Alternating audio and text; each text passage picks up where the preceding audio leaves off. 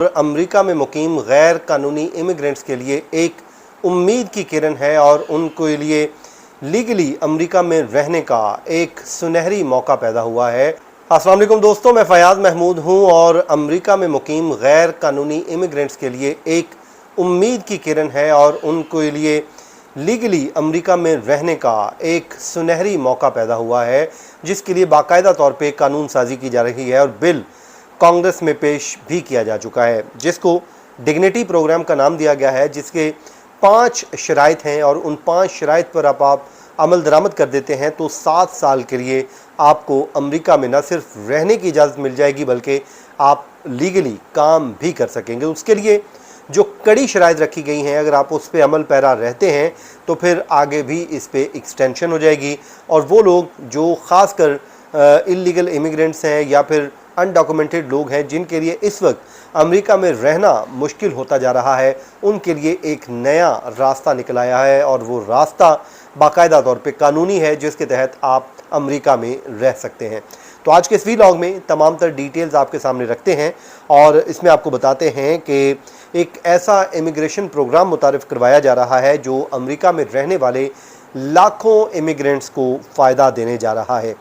ये इसका नाम है जी डिग्निटी प्रोग्राम और ये एक नया बिल है जो अमेरिकी कांग्रेस में पेश किया जा चुका है और जिसका मकसद क्या है, उसका मकसद ये है कि इमिग्रेंट्स को कानूनी हैसियत देना, उनका लीगल स्टेटस देना, मगर बग़ैर शहरियत के ये कानून होगा। इसमें आपको अमेरिकी सिटीज़नशिप नहीं मिलेगी बल्कि आपको इसके तहत वर्क परमिट मिल जाएगा, लीगली आप रह सकेंगे, यहाँ पर काम कर सकेंगे। अब ये तमाम उन लोगों के लिए बड़ी अहम है जो लोग इस वक्त इस मौके की तलाश में हैं कि कोई एक रास्ता उनको लीगली मिल जाए जिसके तहत वो अमेरिका में रह सकते हैं। अब हम इसके कुछ अहम नुकात हैं, वन बाय वन उनको डिस्कस कर लेते हैं।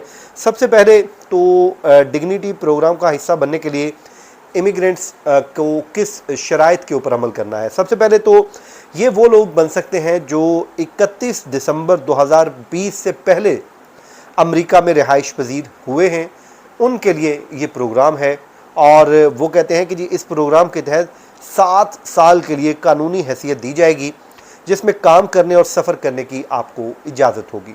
नंबर 2, 7,000 जो है वो डॉलर तकरीबन वो बनते हैं, वो जुर्माना है जी जो 7 साल में आपने अदा करना है। 7,000 जुर्माना भी लगेगा, वो भी आपने अदा करना है। नंबर 3, आपने टैक्स अदा करना है, हत्ता कि पिछले जो साल गुजर चुके हैं उन सालों का भी टैक्स आपने अदा करना है। ये उन्हीं शराइत में से एक शराइत है।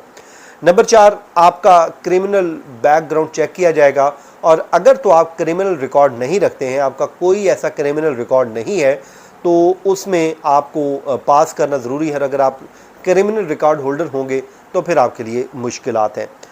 फिर जनाब हेल्थ कवरेज हासिल करना, कोई वफाकी सहूलत या बेनिफिट आपको नहीं मिलेगा जैसे फूड स्टैम्प या फिर मेडिकेड वगैरह, ये इस प्रोग्राम के तहत मुस्तफ़ीद नहीं हो सकेंगे।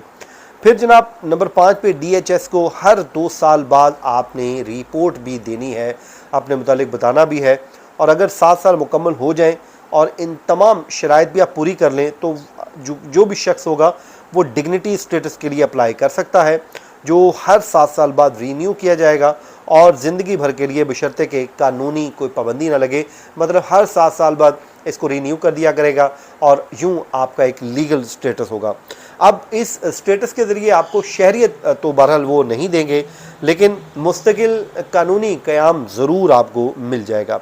अब इसका एक बैकग्राउंड है कि इसका पस मंज़र है वो क्या है, वो मैं आपके सामने रख देता हूँ।